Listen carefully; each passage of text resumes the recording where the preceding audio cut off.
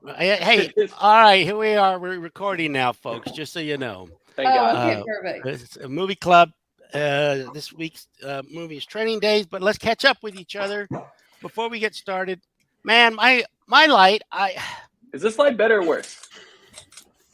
You have to leave it and sit back. What? I think on. On? That looks good. You're red. Look like the Phantom of the Opera. Oh. Let me try and just turn the overhead up. Okay. I was beat up for making those pizzas yesterday that they didn't turn out great. Yeah, any pictures or anything? No, I was so enthralled with making these damn pizzas, I didn't take any pictures. And you know what? I had all these fancy pies all laid out. 4 cheese with truffle oil, or 3 cheese with truffle oil, prosciutto with caramelized onions and chipotle honey. And oh my God. in the end, everybody just wanted pepperoni pizzas, so I'm glad I got a whole pound of that.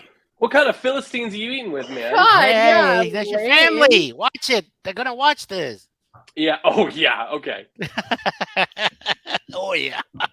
Oh, I yeah. was like last week, Elijah said something about our viewers. I said viewer. That's better.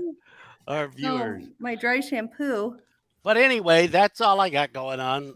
Cut this out so I don't want Denzel seeing this. Yeah. I'm not cutting anything. This is why you do podcasts like this. Fun fact, I actually messaged Denzel about this movie. You DM'd him? You slid into Denzel's DMs? How'd it go? I did DM him. I just texted his number. Oh, of course. His personal life. How do you have Denzel's Washington's number? How do you not? We went to high school together. What? Some people say I look like Denzel Washington. I don't think we need to do the voice. That was from Martin, remember? Well, right, sure, but is that individual that you're imitating black? Yeah. Well, you shouldn't be imitating. But that's how he said it. I understand that. Oh, whatever. Wait, so we can't sing? Should we not sing Louis Armstrong songs like Louis Armstrong does? Can I not do my Australian accent? That's hilarious. Whoa, wait a minute. You're immediately canceled. Hey, but speaking of Australia, the World Championships of Cycling were in Australia this weekend, and the women's road race and the men's road race. Well, wait, listen. I got a mention on the worldwide broadcast of it. What? Stop calling. I'm literally in Top Gun 2. I found that out yesterday. That's cool. What? How? Well, it was filmed on my ship, and I just so happened to make the cut.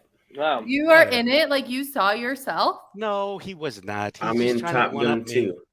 Top Gun 2. Can you see yourself in the movie? Cruise. Did you talk to Miles?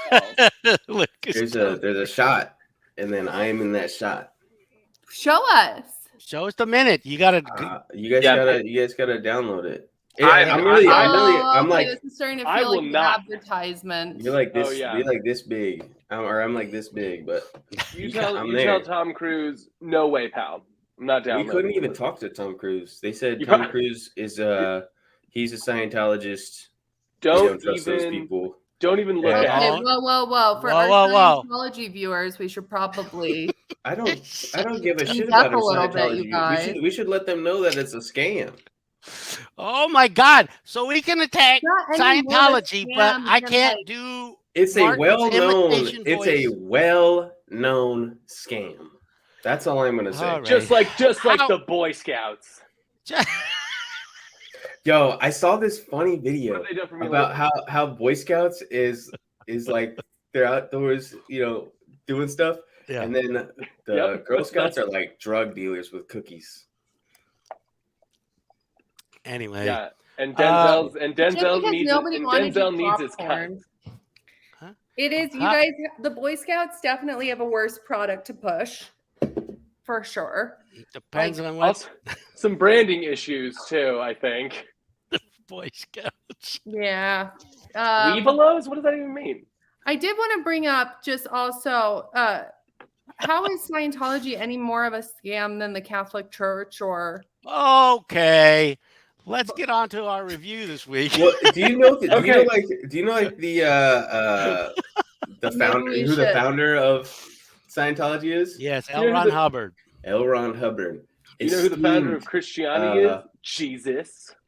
Yeah, well, I mean, Mom has asked me to stop taking the Lord's name in vain as much. One of the things that I learned on one of the things I've learned on the past 2 family vacations is that I have a potty mouth. Like You say goddamn too much? No, I say like I think I'm saying more like the F word, like fuck it. Mike said it's F word this, F word that. Well, me too. Not wrong. I'm gonna fuck. I say it a fuck ton. What's he gonna do? Lose his hair? Like, what's the problem? When he watches this, he's gonna be very upset with you. He doesn't know how to use a computer. Oh my God, he's even gonna be more upset now. I also, fun fact about using the Lord's name in vain, apparently God is a placeholder word. God? And so when you're saying, when they say use the Lord's name in vain, you can say, God damn it. Hey. Or whatever, right? Because it's just a placeholder. Well, what's his like official name? Or pretty sure it's like Yahweh. Official Yahweh? I think Yahweh or Allah. Yahweh is Yahweh for Hebrew, like the Old Testament, and Allah is for Islam. I don't. I think Allah is like Islam, or that's just like God in Arabic. What's with the kufi that Denzel Washington has on through the entire movie? He doesn't have on through the entire movie. He has one on now. It's the hat that he's got on, and usually at the beginning in like the Muslim religion. Is he Muslim? No. I think it's. Oh, I'm so sorry. I thought it was a do-rag. No, it's a kufi. Oh. What's Kufi? Well, maybe we should. Okay, hey, let's get into the movie as now that we're and then we can offended multiple religions, but let's do it and see how much profanity we can actually use appropriately in this fucking review. First of all, King Kong has entered the chat apparently. Right. Very King good, Dad. Kong ain't got shit on me. That's another one of my favorite lines in this movie. So are you saying with labeling yourself this that you ain't got shit on Denzel? That's right. I'll tell him. I got his number. I wish they would have used like a more contemporary term, like Rodan. You know, like a more contemporary monster. All around the same time. Rodan, no. Well, King Kong, the original one. Okay, you guys, this is really boring. I can speak for I'm a woman of the people. Let's just dive in. One of our viewers. Okay, Eliza, this was your pick, so go ahead and give us a little synopsis of Training Day. Absolutely. So Training Day, this is, I would call it a crime thriller. I believe it was released in 2001. And really it's about a rookie cop played by the fabulous Ethan Hawke, who is going on Kevin Bacon. Go on, Eliza, please. I think the word we're looking for here is anyway. Anyways. Did you guys just hear Chuck swearing in the background? He's watching golf.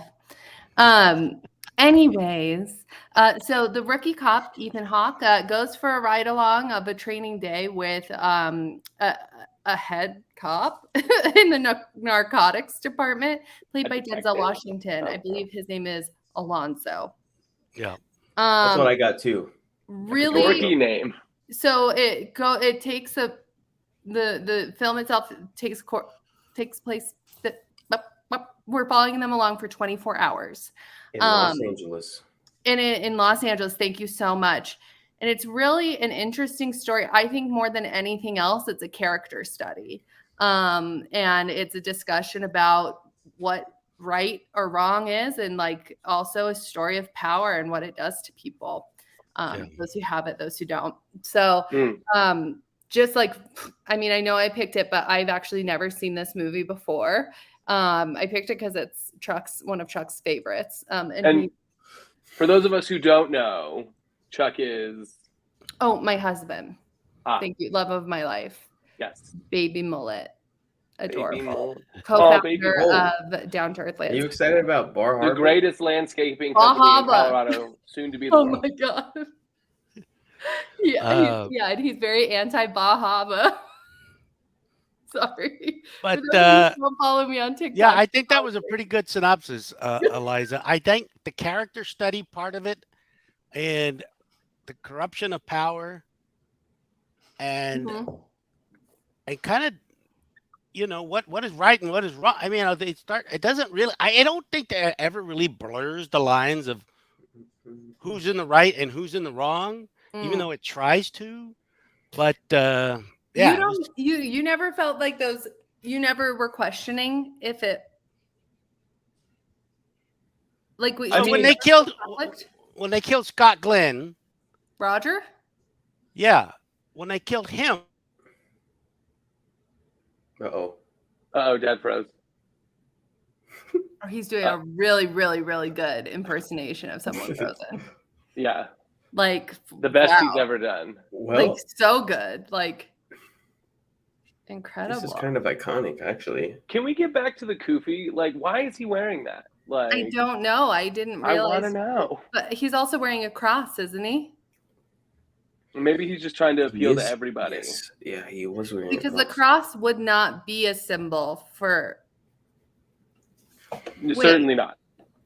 Yo, can we talk about the star-studded cast? Why is Dr.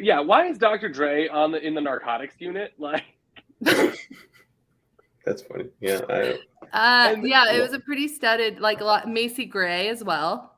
Yeah, he's going. Oh my God, love Macy Gray. All right, everybody, hold the conversation until Dad gets back. Why'd they give Snoop Dogg a wheelchair? It was weird. It was weird to see Snoop Dogg smoking a cigarette too.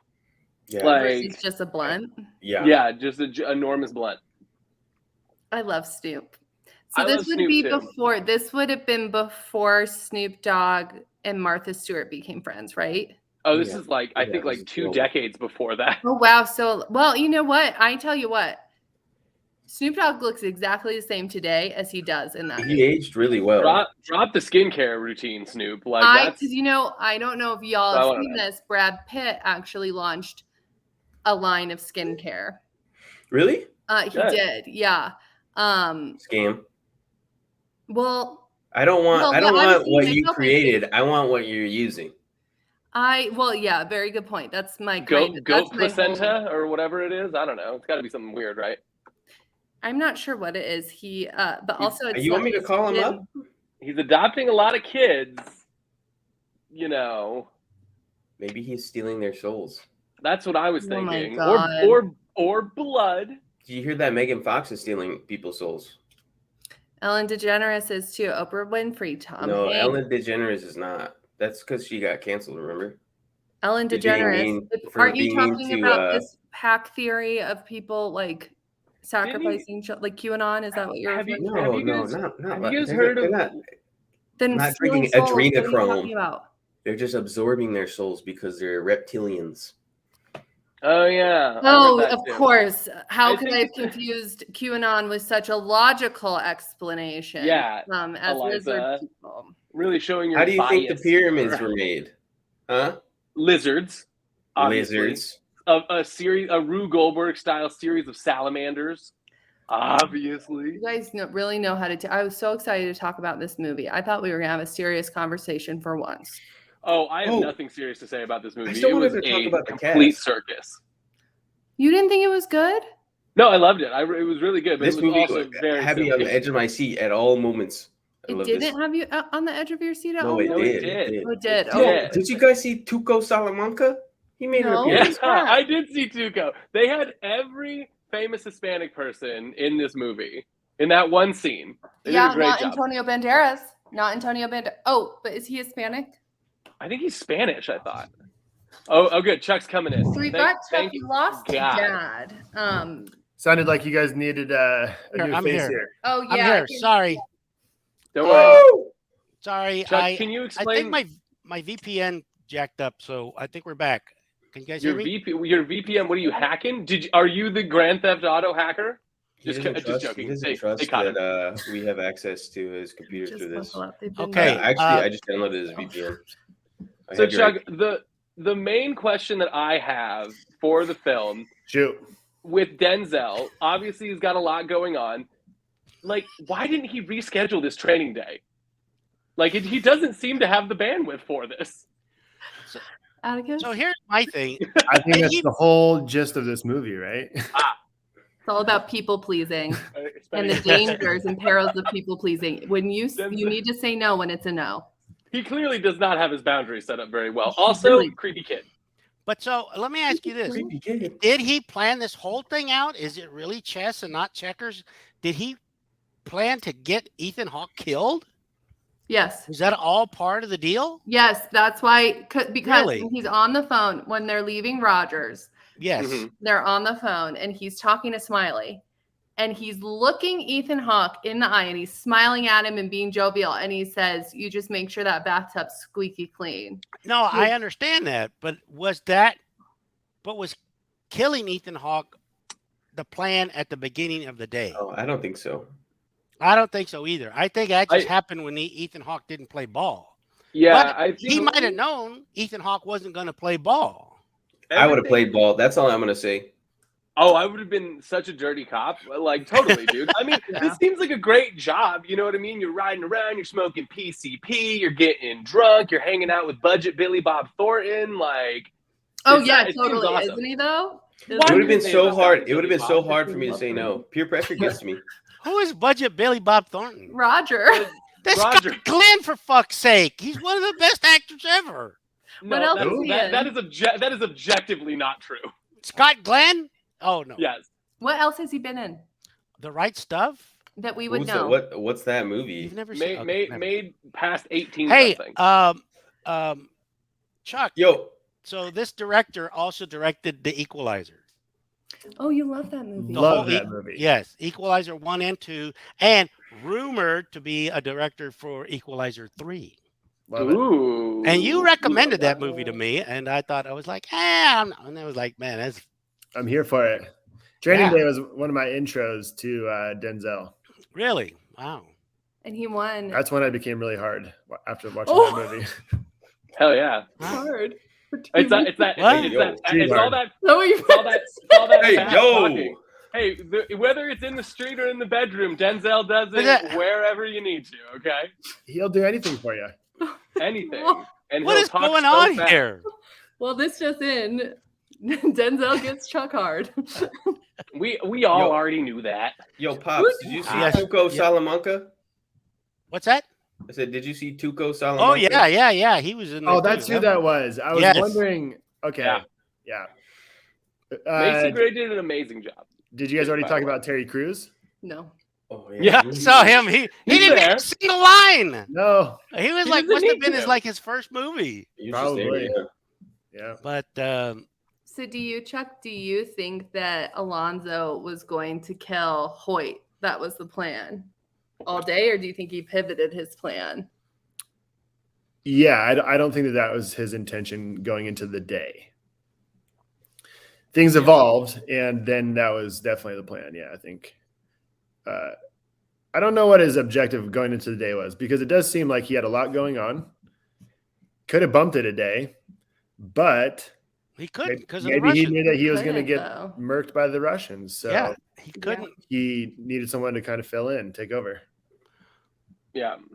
So I'd forgotten the part about the three wise men, and so those are the all. Mob? That's not the mob. They weren't the mob. No, they're police. It's a comparison to show that the mob and the crooked cops aren't that different. Like, that's why. Why do you think they all look like Joe Pesci? I missed that, so thank you for that one did go over my head. I'll be so honest with you. It's to draw a parallel that the conspirators of organized crime are no different than these high-ranking police officers. Or at least that was my interpretation. Sure. Yeah. Agreed. Well, so let's walk. Maybe it would be best to talk about it kind of like if we progress through the movie, like scene by scene a little bit. So like, I'd love to start. I'm not really interested in his family and his wife, if I'm being totally honest with you. So like just meeting him at the diner and immediately this power play, right? Yes. Denzel tells him to meet him there. He's reading his it seems immediately like there are mind games. Immediately we're jumping into like these power dynamics and kind of like trying to keep Ethan Hawke's character Hoyt on the edge. Like, what did you all think of that first scene? What do you think? What did you pick up on? Yeah, I saw it as him asserting dominance, right? Just like, you want some food? Oh, wait, didn't answer quick enough. You fucked that up. I did like that. I thought it was very cute that he was reading the newspaper because, old. And I also like, it's funny to watch media now because I'm just like, why isn't he like on his phone? And then I was like, oh, 2001. Like, yeah. And cuter. It's cuter to see people. I miss watching people read newspapers instead of everybody just looking at their phones. I still read the newspaper. Oh, that's very cool, Lukey. Very good for you. Very vintage of you. I lied.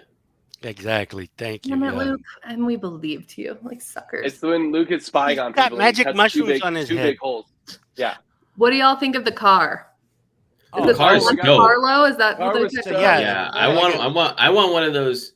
I feel like it was a 78 Monte Carlo. I'd have to double check. Would you get it with hydraulics though? Oh yeah, no, but I would get it with bullet holes in the back. You gotta flip a switch if you're in a Monte Carlo and you're not flipping switches. Like, go back to the birds, pal. Go back. Well, with the Mini, I kind of flip a switch to turn it on. Ooh, just because of how the little key thing is. So, just so you know, fobs are gangster. Fobs. 1972 Monte Carlo was your Wella's favorite car. Really? Yeah. Sweet. And her hero, Griselda Blanco. Who's that? It's a very, very powerful drug lord. So did he go to Roger's house? Yes. To make sure Roger was there and everything. Yeah. I didn't understand that dynamic of him going there before the takedown. I didn't either. So like if we think about what ultimately ends up happening, like the initial read, right, when we're first watching it, I'm trying to figure out who Roger is, how he's connected to Alonzo. But it seems like for one way or another, Hoyt's being tested, and sure. I couldn't tell by who or why. So it was clear when we left that scene that was something that I was supposed to clock, but I didn't fully understand why until afterwards. Did you guys pick up on different stuff? Like, no, I didn't know. I mean, even watching it and having seen it before, I guess you just make sure he's there. I mean, he did make that comment about being this close to retirement in the Philippines and all that stuff. I know that just broke my heart. But it was just like, well, if you got $4 million in your kitchen floor, that goes so far in the Philippines. Shoot, it goes far in the United States. Did he know that money was especially there? in 2001? Oh yeah, he knew it was in there. Because don't you remember Roger said, "Who's going to pay for my floor?" Yeah. Oh. So he knew it was down there. Okay. My question: how did Alonzo know it was down there? Good old fashioned police work. Game sense. He knew. He could tell. So, all right. So we leave the poor man's Billy Bob Thornton's house, and then Ethan Hawke sees some inebriated gentlemen, let's say, attacking a young lady. What did you guys think of that scene? And for the fellas out there, or people with with testicles, I should say, which one would you keep? 7. I'm keeping the left, like all day, every day. Keeping left. Really? That's my man. Right Dad? there. Take them both. Take them both. Really? What kind of answer is that? I don't know. Which one does Lance Armstrong still have? Okay, whatever the opposite of that is. I think it's left. Screw Lance. Luke Sheryl Crow. Huh? For life. He's an icon. Yeah, Lance is great. I love Lance Armstrong. So I guess I don't like to pick movies apart too much, especially when they're, what I would call a Hollywood movie, which is a Hollywood movie, obviously. But I think the whole coincidence with him saving her and then that whole situation saving him in the end, that's some damn coincidence. Kind of cheesy, yeah. Yeah. Sure. Well, it's like, it worked for me because I was watching something the other day and they said something about that's a big coincidence. So, well, yeah, aren't all coincidences big? It was like, there's no small. Yeah, there's no small. What was that? That's in Seinfeld. Yeah, there's no big coincidence. Right. Small coincidence. They're just coincidences. Oh my God, please. Wait. No, I have Life to and contest death? that. No. Yeah.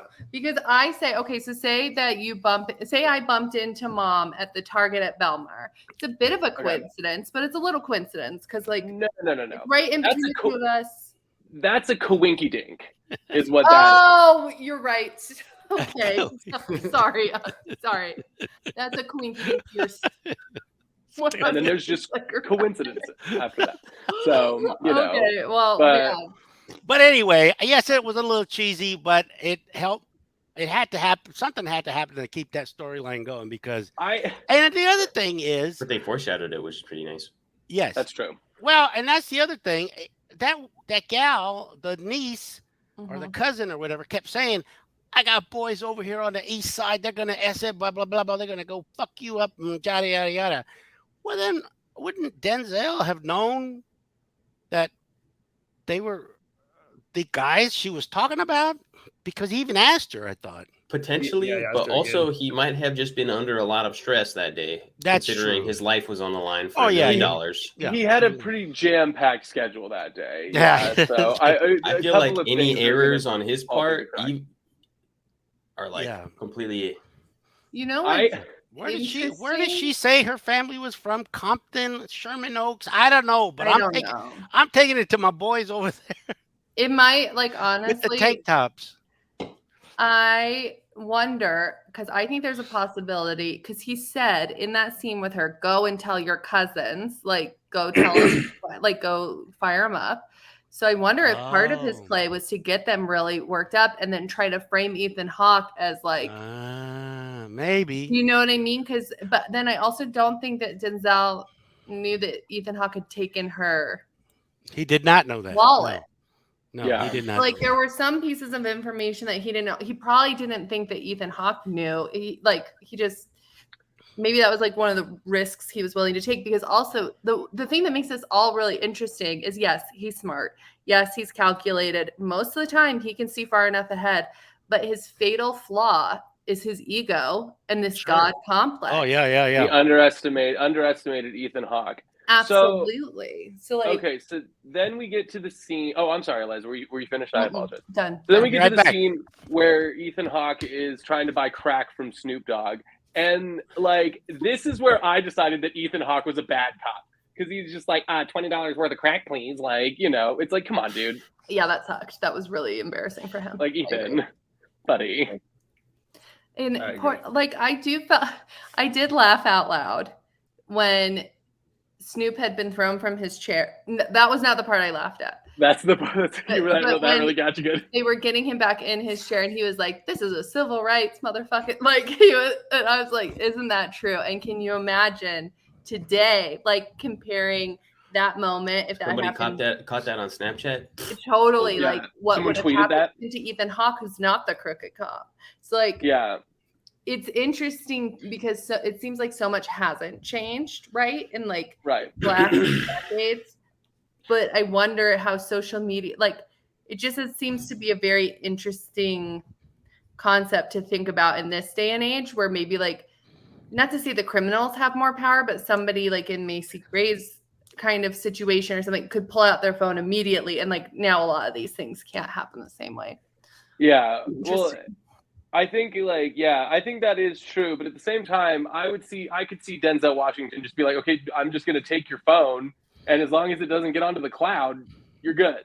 Right. Yeah. And well, it's that line he says at the end where it's like, it's what you can prove. It's not what you think, it's what you can prove. It's not what you think, it's what you can prove. That's how real life is. It is. You're right. Absolutely. Well, and that's the other thing about this movie. It does have those. As fucked up, and we're supposed to be using more swear words, guys. Oh, you're fucking right. Yeah, as fucked up as this movie is, it's got life lessons, man. I mean, but also perception is reality. Correct. Yes. You know what I perceived to be fucked up is when Denzel Washington makes Snoop Dogg throw up by like jamming that pen down his throat. Like, oh god. Yeah, that's fucking. I'm surprised. That was the most offensive part of the movie to me. when Snoop Dogg was thrown up, did you have the sudden urge to dive towards it and catch it? Did I? No, I'm talking specifically about Father. Me? That does catch a lot. Has caught a lot of puke. I've caught a lot of puke. Yep. Did you ever hear that? The Denver Museum of Nature and Science, and Agus was on the stair stepper. Oh no! So you got your hands on this little thing that records your heart rate, right? Right. And then Atticus is on there. It was going up. And I think we had. Didn't we have lunch in like the cafeteria? We did. We'd gone to. They had a really nice little cafe. Atticus. And I had like crab legs and a bunch of like Alfredo lasagna or something like that. Hey, I doubt it. But all of a sudden he's like. Oh my god! He starts throwing up all over this fucking exhibit thing. So I put my hand up there. He's just like. And you caught it, and you like tried to push some of it back in. Where did you think it was gonna go? Oh my god! Into his mouth? Yeah. It's like all I know is I started rounding up everybody. He's like, "Come on, we gotta go." Luke, were you there? I'm trying to clean him up as we're walking out. There's no as we're walking out of as we're exiting the thing, it says, "Hey, somebody just had an accident." Somebody. You would. Somebody. Oh my god! Somebody just had an accident over there, stair stepper thing. Somebody better go check it out. Pretty brutal. It actually made my boy a little nauseous, so we're gonna head out. Yeah. So he's a little queasy here. So can we talk about Denzel Washington's son? Yes. That kid is dead-eyed, man. Like, yeah, the one that Ethan Hawke is watching cartoons with. Like, I think he's adorable. What are you talking about? He's got that little rat tail. Oh, the rat tail! I hated that. The little Padawan braid. Yeah, he's a Padawan. He's not. It's not a rat tail. He's literally trying to become a Jedi. Oh, that's what's wrong with him. His metachlorians are off the charts. I thought he was adorable, and I thought he looked just like dead ass, like just like Denzel. Would it be wrong to mention Evan Mendes? Yes, I know what you're going to say. No, it would not. Topless. I thought about it too. Her parum. I thought about it. Parum. That's Come here. Evan Mendes. Is Ryan Gosling. Slam dunk, dude. Yeah, like, man. Okay, so most importantly, Dr. Dre is the worst actor that I have ever seen. The worst. But it's the doctor. Like, you know, how can you be mad at him? Come on. I was mad. He's so bad. It was terrible. He was the guy that Ethan Hawke punched. Yeah. He's the one who just wanted to cap that ass. And right. Ethan Hawke is like, from that point in the movie, the entire time Lola was just saying to herself, like, this dude is gonna snitch the first person he sees. Like, the first opportunity, this guy is gonna sing like a bird, man. And I'm with her. Yeah. No, Ethan Hawke. Like, oh my God, obviously he's goody two shoes. Yeah, bring Poindexter over here. Would you guys have smoked the marijuana, like when Alonzo's putting on the heat, right? I would have been like, you hit it first, and I'll take a big old rip. And it wasn't. It was Shern. He was smoking PCP and weed, man. Like, that'll fuck you up. I mean, well, first of all, I didn't realize what had happened, so I was talking a lot of smack to Chuck, being like, God, these people in 2001, like, this is not what being high is like. And I just can't believe that they're trying to scare people about smoking weed. And like, I thought there was this reefer madness, man. And then it's like, oh no, it's because he smokes PCP. It's laced. Yeah. So like, it's also got PCP in there, and so like a little more going on. I have not myself experienced PCP, so I can't actually say at this juncture if that was an accurate representation. You don't have a personal care physician? A primary care physician? Yeah, no. primary. Yeah, I don't. Personal care. Personal primary. It's the same. The same word. Are you getting bored? Because we can have you say your piece, and then we could release you. Peace. Is that your piece? So, what do you guys think of PCP the component of the neighborhood turning on Denzel? I think I saw that coming. That was the best part. Best. Definitely the best part. Yeah. Oh, yeah. And yet, I still felt for Denzel. I did. There was something so likable about his bravado. Because yes, he's corrupt, but he's also really charismatic. And there I would were wear that times leather jacket. Yeah. where he actually kind of had me convinced. Like after they'd killed Roger, and he was like, "You need to talk about playing the game." Roger's a bad person. He's selling these drugs to kids. I lock him up. You don't lock guys up like him. He's so big. This is justice. We did something big. How can you not see it? You need to be playing. This is how you're going to play the game. I'm just must be so easily manipulated because I was like, oh my God. Yeah, you're right. We got him. And he's like, these are the realities of the world. I'm sorry that I enlightened you to that or showed you that, but it is how it is. So let's talk about that. Is there that one guy in the Star Chamber or the three wise men said, I'm gonna go find this guy and do him myself on the street because he's getting off on a technicality. Is there? I mean, where is the line where something like that is wrong or okay? I mean, if he knows that this person killed somebody and then gets off on a technicality, I mean, where do you guys fall in line to say, okay, that cop is going to kill him and make it look like an accident or whatever? Well, I don't think anyone's life should have to pay for anything. Even if you killed someone? If I killed someone? That's what you're saying, paying the price of life. But if you killed somebody again, Luke. Again, yeah. If you killed someone else. What are you saying? Because you're talking about a death penalty. Yeah, do you believe in the death penalty mostly? No. It's no. Okay. I don't. Except for high level, maybe world criminals, people who are doing crime on a mass scale, Elon Musk. I don't believe in the death penalty, but sometimes I don't mind when people die. When Jeffrey Epstein died, I wasn't going to pretend to be oh no, same. he should have gone to court. No, it's probably good that he's dead. Okay, so with that as an example, and sure. The theories that he didn't hang himself, blah blah blah. Is that? I mean, I think that there are things that I think they can be brushed under the rug. Yeah, you know what? It's for the best. Probably worked out just fine. That person's off the street. They got what was coming to them. That kind of thing. But you do get that moral question of saying, if we live in a society where we accept that as 5 individuals here, then we're saying that people can be above the law, and as long as the outcome is what most would perceive as beneficial to society, then we're okay with it.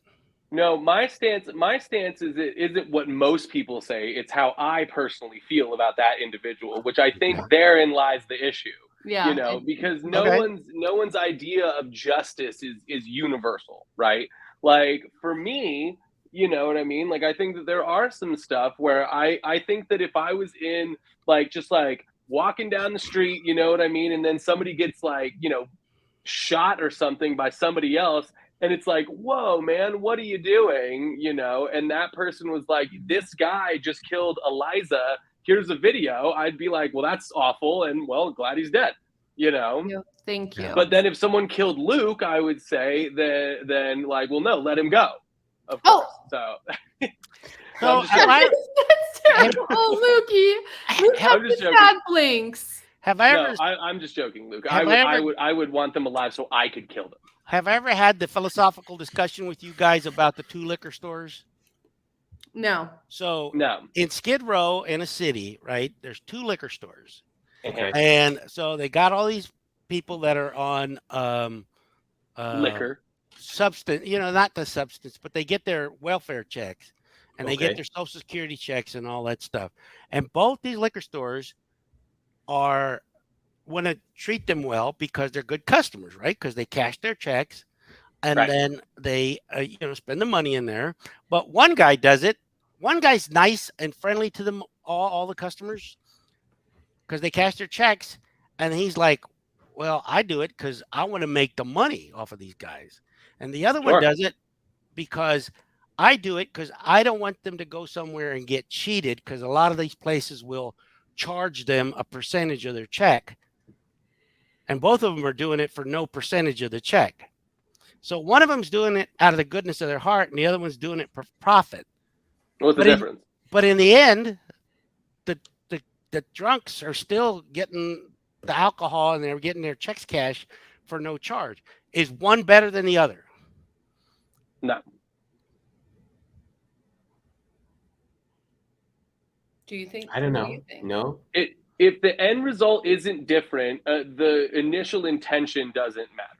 Really? Okay. In my opinion. I mean, that's a big question. That's necessarily true. No. Aha! See? In this specific case, yes, it absolutely is, in my opinion. Like, what's the difference then? The warm fuzzies behind it? Like, that people are still getting tanked on the government's dime. Okay, well, let's say something Denzel Washington's still taking the criminals off the street. But he's becoming a criminal himself in that process. But are they still getting off the street? And that's a lot different between somebody buying a 6-pack of Bud Light and, like. If they're buying a 6-pack of Bud Light, they should be arrested. They're stealing from mothers. He's stealing from mothers. Wait, you know what I'm saying? Denzel? Yeah. Because Denzel. Get the money I thought you meant the people that were on welfare, and I was like, Luke, like, that is a surprising opinion. Oh, I see what you're saying. Okay. My issue with Denzel, because I disagree with what you said, Atticus, that the intention doesn't matter. It's the end result. No, in that specific situation, I'm not saying universally. Okay. I'm saying in the liquor store, like, I don't give a shit what the people think, whether it's for profit or whether it's out of the goodness of their hearts. It's the same result. I'm not saying that applies to, like, launching a nuclear bomb, Yeah, but in the end, isn't Denzel Washington doing the same thing? His intent, what he's doing, he's still getting the criminals off the street. But his intent is very selfish. His intent is very selfish. So is the liquor store owner who wants to make the profit. Well, he's the guy who wants to make the profit. This example is flawed because the stakes are not the same. You know what I mean? It would be like if you gave me the same situation and it was like, okay, these two people are running at a child, and one dives in front of them to try and save them from a car, and the other person pushes them in front of the car, and the child dies. Like, what's the difference? Like, yeah, that's a really different scenario. The person that maliciously pushed the child instead of trying to save them is very different. We're not talking about buying like a pack of smokes and a bottle and like a fifth here. We're talking about like the actions of the criminal justice system and the implications of the ends justifying the means, right? It's not as simple as a yes or no question, right? No, and that's why it's a discussion about it. But yeah. Right. So, like, for Training Day, like, I would say the ends do not justify the means. Yeah, I agree with Snoop. Snoop is the only one whose hands are clean here. The guy dealing crack. I smell bacon. Yeah. I remember him saying that. That was pretty funny. It was good. His performance was a standout, personally. I thought also, I know I just got myself distracted, but Denzel Washington's performance in this movie. Oh my God. He won an Oscar, and rightfully so. I was it's so nuanced. It's so good. The only part of the movie that I thought was like where he was not acting well was the very end when he was getting loaded with like 40 bullets. But it's like, how do you do that? Like, he really jiggled. Yeah, I could do that. Like, just shoot him once in the head and it's fine, right? Like, come on. They really. No, it was a statement. It was a statement. And thank God the streets of LA were completely bare at that time. Well, and did you notice? But this was back in 2001. Did you notice he stopped? LA wasn't really popping back then. Go on, Eliza. Yes, please. I was just going to say, did you notice he stopped at a red light? So finally, dying following the law. Finally. I also like that's a great point. In the same vein of that, when Ethan Hawke beats those guys up, Denzel Washington has the audacity to bring up the chokehold not being by the book. Like, but that's very intentional. Because it's very intentional. To take a mistake or like that's a moral gray, right? Where Ethan Hawke in that moment did what he needed to do, quote unquote, right? And that as a master manipulator, Denzel Washington saying, "Oh, there it is, like the crack. This is the slippery slope. If we start here, I can show him, or I can have him feel." Because it's very clear that Ethan Hawke in that moment felt like he was doing the right thing because he's trying to save a woman from being raped. But Denzel Washington literally says, "Hey, I saw you use that chokehold there, policy boy, or by the book boy." Yeah. He's like, "Hey, I was getting my ass kicked. I had to do something." So I have to say that, I think this character and performance by Denzel Washington is right up there with some of the scariest, like not like horror film, but people that could possibly Fring. Yes, that's a good one. And also Sugar from No Country for Old Men, where these psychopaths. Yeah. Yes. The idea of buying a warrant is so scary to me. Like, how does that work? Okay. Because the warrant, then they killed him, and then they called everyone. It was if they were serving a fake warrant. No, they weren't serving a fake warrant. They got a real warrant. That one was real. Because that's why he had to put that $40,000 in the trunk of the silver Mercedes. Because as Tom was at dinner, Tom Berenger's character was going to take that back to a judge and pay the judge to get the warrant. Yeah. Interesting. Okay. Which is like, that was the scariest part of the movie. Yes. Me. You know what I mean? Like, because that's like, that could really happen. Yeah. The scariest part for me is that I still, up into almost the very end of the movie, wasn't completely sure that Denzel Washington was a bad person or a villain. And I get it. But for me, I was like, he had me so out at breakfast. That's when you figured it out? Yeah. Who reads the newspaper? Like, come on. No, it's just the way he's already mind gaming this guy, and he's just meeting him.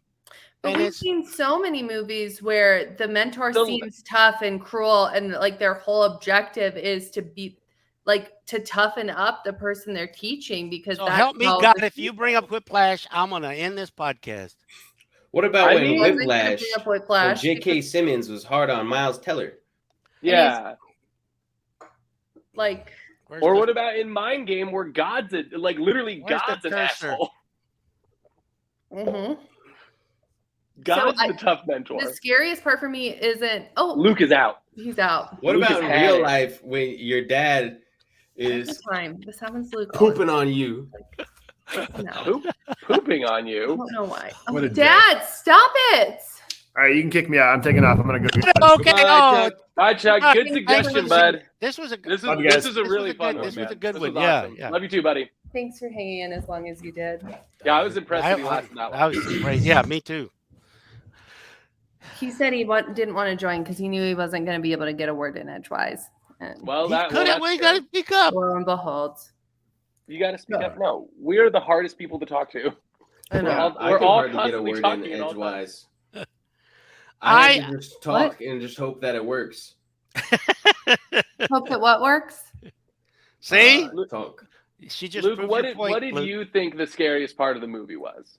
I thought it was pretty scary when he was getting his ass beat by Denzel. Which time? Oh, I was like, I would not want to get my ass beat. In the great scene. On the balcony? On the balcony. Yeah. Oh. I also thought it was really scary that his wife was not opposed to just giving him up. Because that just shows how awful he was and how trapped she was in that relationship. Yeah. Oh, his mistress, Eva Mendes? Oh, yeah. Because if you heard when they announced, like, an LAPD police officer was killed in the line of duty, they referenced 4 children and he's survived by his wife and 4 children. We never even met them. Like, right. Menendez is his mistress, and that's his other son. So that's you didn't get that? I think I missed that. I was also very tired when I finished this movie. Also, like, the line where he's just like, if your wife needs a son, let me know. I don't miss. Like that is an immediate call to HR. Like, come on. A lot of calls to HR. It's 2001 though. The HR hasn't been invented yet. Then. Like, I just feel like, did you guys not like him as much as I did? Like, and maybe this is the thing too, where I didn't want to be too quick to judge a Black person or Denzel. Like, truly though, like that bias, right? Where if I was watching a white actor do some of the things or like conduct themselves in the way that Denzel Washington's character was, immediately, I think I would have been quicker to say, no, that's evil or that's not okay. And I noticed that my bias was filling in gaps when I was watching this of like, well, maybe I don't want to be too quick to assume that he's a villain. I don't want to be too quick to assume that he's truly corrupt. Like, maybe this is just what it looks like when you grow up on the streets. And it was interesting for me to observe my bias and privilege and how it showed up and how I was interpreting the movie and how I was negotiating with myself about what's right and wrong based on skin color. I had a very like almost like the exact opposite bias. Okay. In a way where I was like, I bet they're gonna make the white guy the hero and the Black guy the villain of this story. When I first got into the movie, and then of course they evolved it, and I was like, oh yeah, white savior moment. Yeah. Because that was and how much of that is a thing? Like, how much of that is a reality too? Of like just understanding like the just street justice, essentially. What do you mean? And how Ethan Hawke did not understand that in a way. When we're hearing this story and when we're hearing it from Denzel Washington, you're quicker to believe it, whether or not you're actually fact checking any of it. Yeah. Yeah, I think that's a good point, Eliza. Maybe those were just things that came up for me, and maybe I don't know, but like so I don't look at it that way. I look at the characters as they're written, and sure, you look at all the crew that he brought along. Yeah, 4 out of 5 were white. I mean, it's not. I don't, and all the 3 wise men, all white. And they were the worst of the bunch. That one dude looked like Voldemort. Like, they were the ones, holding the puppet strings, kind of thing. Mm-hmm. I don't know. I don't look at it. I look at the storyline as it's written, and don't try to. No. And I think that, of course, is the right way to do it. I just noticed for myself, stuff comes up, and I'm kind of like learning a little bit more about that, and like just realizing it's happening or like paying closer attention to it, because I don't know, it is a reality for me when I'm watching some of this stuff, especially because, like, look, I grew up in Colorado. I haven't been in a ton of hard neighborhoods. I haven't seen a lot of. You lived in 5 Points. I mean, that's probably the roughest neighborhood I've been in, other than the time I got lost in New Orleans. You know what I mean? So like, I have a lot of fear. Like, the idea of going into that neighborhood where, Eva Mendes lives and all that, like, I would feel so afraid all of those times. And for me, it's mostly an idea of what I think the streets are like, or what I think these dangerous neighborhoods are like. And so that was a part of my viewing experience, was the fear. And then the flip side of knowing that I would stand out, right, going into one of those neighborhoods, and thinking about Ethan Hawke standing out, and like, how do you, like, that's an element that created tension for me and fear for me, and that like really pulled me into it. And so like, that was good. Yeah. But how could Ethan Hawke stand out? He put his hood up like this. Well, right. But I don't know to do that. Now I know.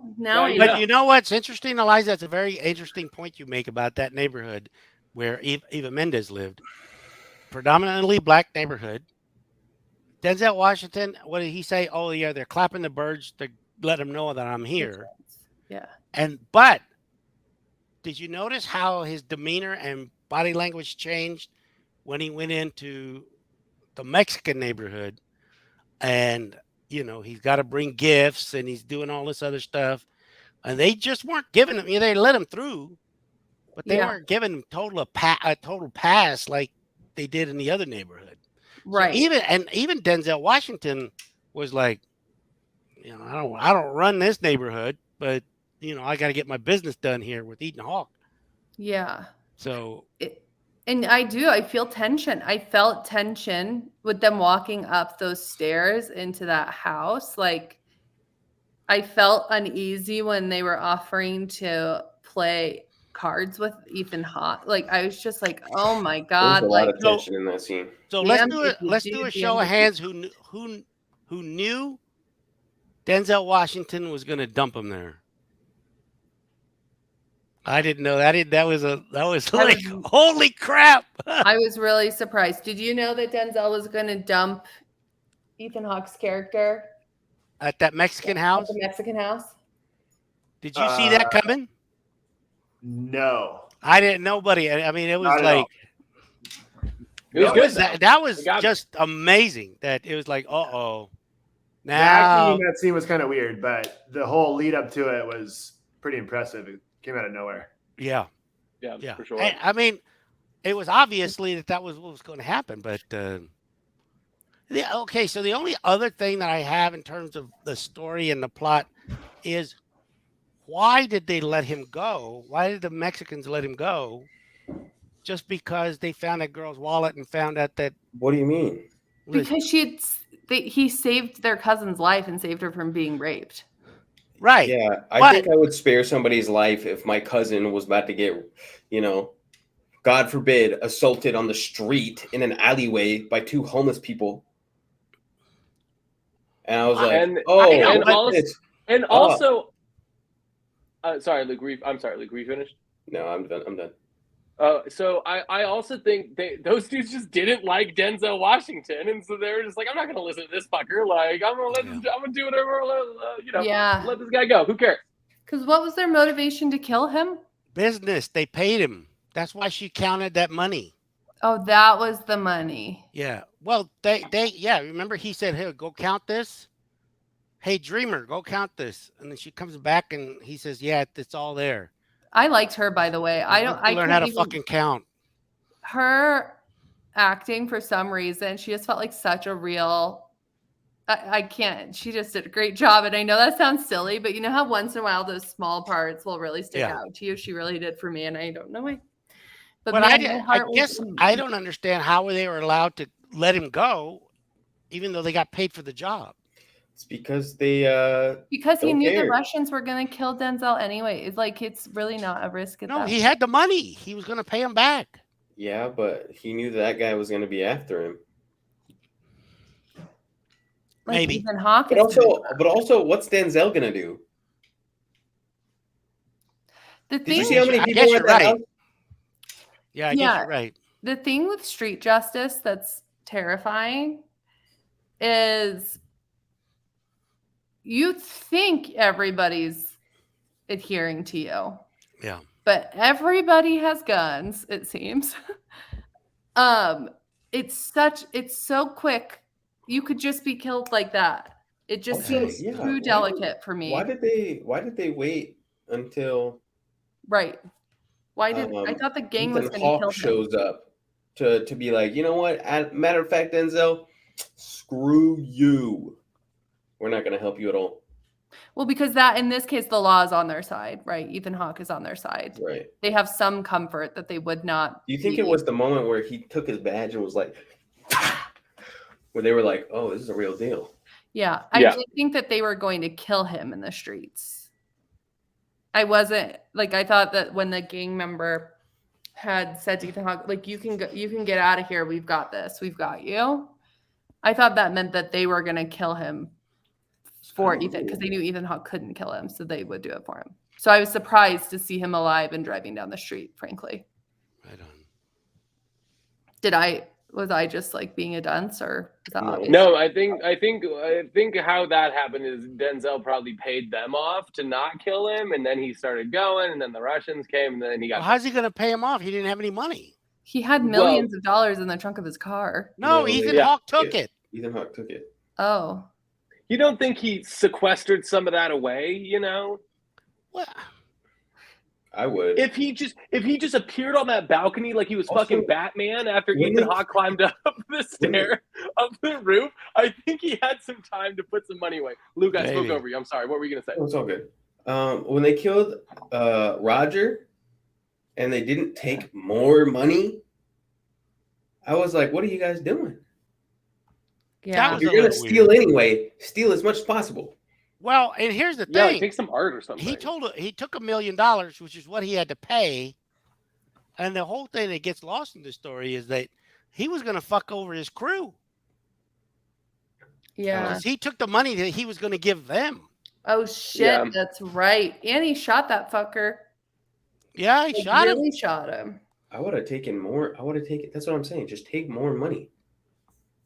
I don't see why they didn't take more money either. Because the guy was dead. He was screwing over the crew. At that point, it wasn't even taxes anymore. It was like, hey, I got everything. All right, let's wrap this up and give some numbers on this. Or thumbs up or thumbs down. I'll give it a solid thumb up for me. I liked it. I'd watch it again. Double thumbs up. Yeah. You know, it's funny. It's funny. I went to rent it, and it was like, you've already rented this movie. I'm like, what the fuck? Who was watching it on my HBO Max with me? Wait, it's on HBO Max? Yeah. Is it? I rented it. Somebody was on there watching it, and it was none of you guys?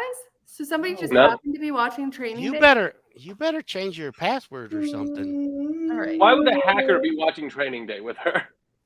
But yeah, I give it I'd give it 8.5 out of 10 under the bed shotguns on a hinge. That was a good one, man. Yeah, that was so fucking gangster. Like that was wild. In your mistress's house of all places. And this is where I'm starting to think this is really where I was like, this motherfucker is evil. Because he's so possessed with killing Ethan Hawke and he's not thinking about his child who's in this house. Right. Like that. Well, it's not one of the main kids. What? You know. Yeah. So I'll give it. I'll go with you, Eliza. I'll give it 8.5. Eva Mendes's. Okay. No. Okay. Black Impalas. Yeah. Or Black Monte Carlos. Monte Carlos. Atticus. I give it a solid 8 hits of PCP. Amazing. Which is really 9 hits of regular weed. Damn, that was nuts. That was nuts. Yeah. Lukey Luke. I also give it 8 barfing Snoop Dogs. Oh, Snoop. Protect Snoop. Oh, all right. So who's up? Rewatchability through the roof. You, oh yeah. You can watch it a million more times. Rewatchability is cool. I would put this on in any room. Through the roof. Yeah. No. Even if I was at a preschool, I'd be like, hey. Even if I owned, if I owned it, if I was a dentist, I would put it on the lobby. Be like, here you go, kids. All right, guys. If it's my turn, you guys are just you're gonna stop doing it after this movie. I couldn't get any further away from Training Days. Watching a Charlie Chaplin film? Then I'm gonna recommend right now. Well, Dad, it's your pick, so it's all you. Can I go to I have to pee so badly. May I use the restroom while you're queuing up? Yes, go ahead. 1 second, be right back. I'm gonna go pee too. Me too. Hold on. Hey, can I pause this? Am I the only one that doesn't have to pee? I'm gonna pause can I pause the recording? I'll be right back. Keep chatting. Come on, keep some live action going. All right, I could pause it. Hello, my baby. Hello, my honey. Hello, my ragtime gal. Well, folks, now that it's just us here, let's really talk about the true meaning of Training Day, which is smoking more PCP. As an avid PCP user, I highly suggest that you start with 2 or 3 hits every time. Eliza, Stop it. this is the private PCP corner, okay? And if you're not going to smoke it... No, we're back. We're back. Luke, did you pee already? That was so fast. That was a PCP. Speed P. You guys, do you think Denzel will see this? I really hope so. I can call him, and I can send him the link. Yeah, send him the link. Who you sending the link to? Denzel. I was just thinking. Oh, God, yes. Okay. Here we go. And now it's time for our special guest. He's right here, folks. You guys are gonna hate this, but I'm sorry. This is my pick. Okay. Wow, you're really selling it. Oh yeah. Oh yeah. Is it another movie from 10,000 BC? It's only made 2 years before Training Days. Okay. 1999. Yeah. Okay. Well. Okay, here we go. Get ready. Sony Picture Classic. Naval College at Osborne, reporting the theft of a 5-shilling postal order was cashed by your son, Cadet Ronald Arthur Winslow, that they must therefore request you to withdraw your son from the college. If you did it, you must tell me. Did you steal this postal order? No, Father, I didn't. From acclaimed writer-director. The acting is really good. Father's fight for his little boy's honor. Well, I venture to think the case has rather wider implications than that. One cannot soothe the crowd. I intend to fight this monstrous injustice with every weapon at my disposal. Catherine Winslow. Robert Morton. I want the best. The best in this case is not Morton. Then why does everyone say he is? No one need ever have known about Osborne if you hadn't shouted it out to the whole world. But isn't it already too late? Even if we throw out the case, would you still want to marry the Winslow girl? Well, that'll blow over in time. I'm rather surprised that a case of this sort should interest you. My attitude has been the same as yours. Determination to win. At all costs. Our concern for the boy might perhaps tarnish the reputation of Lord Nelson. Sir Robert is going to ask you a few questions, which you must answer truthfully, as you always have done. I suggest that by continuing to deny your guilt, you are causing great hardship to your family and considerable annoyance to high and important persons in this country. I didn't. You're a forger, a liar, and a thief. No, it isn't true. None of it's true. Oh, yes, the boy is plainly innocent. Are we both mad, you and I? Tell me. Should we drop the whole thing? I don't consider that a serious question. Nigel Hawthorne, Rebecca Pidgeon, Jeremy Northam, Gemma Jones, and Guy Edwards. The Winslow Boy. A toast to a happy pair. Doesn't it say, let right be done? Then we must endeavor to see that it is. The new film by David Mamet. Would you share a little bit about what is it? Why you picked this film? Just to get did you pick this because somebody finally added the Queen? Wait, what movie is this? Is this To Kill a Mockingbird? The Winslow Boy. Oh, it's the movie where everyone talks like this and they have curly hair at the end and the boy. I could have had that part as the boy. Well, I didn't do it. I didn't. Can you? What's it about? It's a lot like Training Days in a way. It's about what is right. I mean, what do you do when you feel like you're in the right? Which is like, what role does Denzel Washington play in this movie? I think it's a chimney sweep. I feel like Denzel wasn't so much. What was that? I did not mean that in a. Oh shoot! It was like a Mary Poppins thing. Oh no. Oh man, how good was that song? That's so good. Like it's gonna be stuck in my head. All right, what's the best song in any movie? Anyway, so this is my suggestion for next week, and you've seen it and you liked it. Oh yeah, one of my favorite movies. Well, it means it definitely in my top 25. Really? Okay. Yeah, it just is. Wow. Top 25. That's huge. It's a study in what someone will do when they think they're right, and there's no, and they're defending the honor of their child. What would you do if someone really ruffled your petticoat? Like. All right, folks, that's it for this week. Yeah. We'll see you next week. Real quick, just when you do the upload on YouTube, it's Training Day, just the one. It's a single day, one day. All right. Denzel didn't have the bandwidth for And two. my name's not King Kong either, but I put that in there. I like that. That was the best part. That's a clear joke. And Luke, to answer your question, I think it's never had a friend.